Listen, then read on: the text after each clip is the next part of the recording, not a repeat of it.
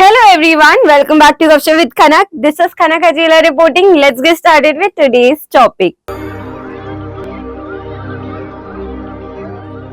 Alright, so many new apps are coming out right now which offer you money in order to play, do something easy, something silly, and you just have to perform it very easily and you get the money. And we all know this is quite common because recently there have been many app advertisement coming for the apps which offer you money to do something as easy as win a simple online game of Ludo. And this very easy approach to money attracts people, and some of these apps might be genuine, but the fraudsters out there are taking advantage of this situation, as many new apps like this are coming and people are not able to differentiate between the apps which are real and between the apps which are scam. So fraudsters are taking advantage of this and hiding themselves between such crowd of apps, and they are trying to scam people. So let us see how to prevent ourselves from such situation through Raju's example.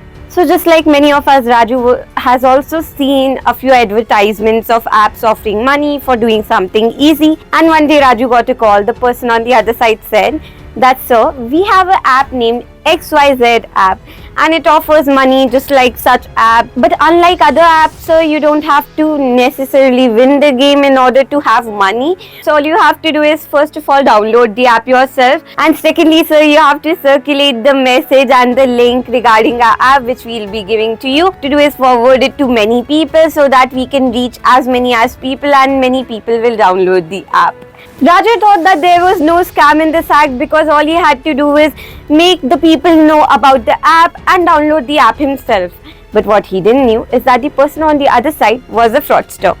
So Raju showed interest and asked fraudster what he has to do next, and the fraudster said that, sir, all you have to do is download the app through the link that I am sending. So let me send you the link first, download the app, stay with us on the call, and you will get a prize money of 7,000 out of all that you are doing.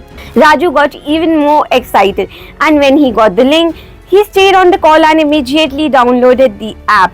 Once he downloaded the app and opened the app, it showed a login window. It showed log in to play the game. He asked the person that it's showing me a login window and I don't have any account on this app, so what should I do next? The person said, my apologies, sir, I'll be sending you the ID and password right away. The fraudster carefully planned out and sent a fake ID password to the Raju entered the ID password and logged into the app. Now what happened next is that the person asked Raju that, sir, before you play, all you have to do is just transfer 10 rupees to us so that we know that the transactions are going smoothly.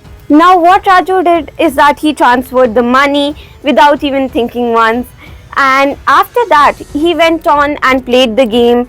He lost, but he didn't care because the person said that he doesn't need to win necessarily. Now the person said that, sir, now that you have done this, all you have to do is send the message and the link about the information for the app and downloading it to a few groups and send me the screenshot on the SMS. Now Raju sent the link and the details of the app on the group, and he sent the screenshot to the person on the other side. The person said, that's great, sir, we are transferring you the money. Now can you just open the app for a second? You just have to enter the OTP and we will be done. Raju got a bit suspicious for OTP, but the person on the other side said that there's nothing to worry about because he hasn't shared any bank details.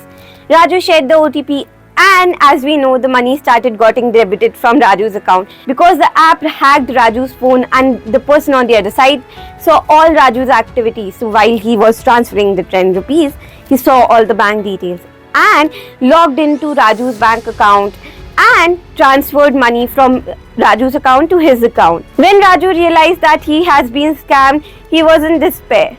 So what did we learn from the story? Point number 1, that we should not download such unknown suspicious apps sent by an anonymous person. Secondly, you should not download apps sent to you randomly through SMS, email, etc. Thirdly, some apps can hack your phone and share your screen activity or what you are doing with the fraudster or the person who has made the app. So be aware about that. Point number 4, that you never require OTP in order to receive a transaction. So don't share that. Lastly, if you are a victim of such a scam, do report it to your nearest cybercrime station or to the official government website, that is www.cybercrime.gov.in. We will meet next week. Till then, keep smiling. This will be the conclusion of our today's discussion.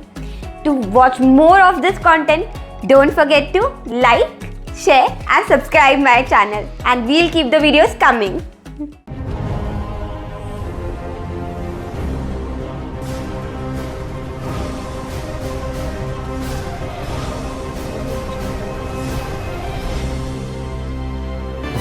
A KH production.